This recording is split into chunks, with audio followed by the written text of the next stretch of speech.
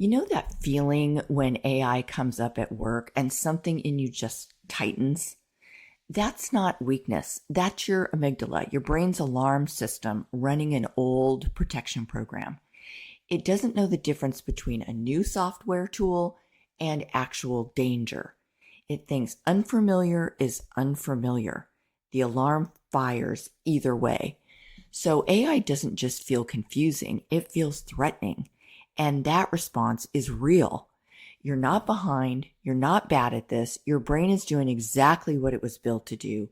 The question is, what do you do with that alarm?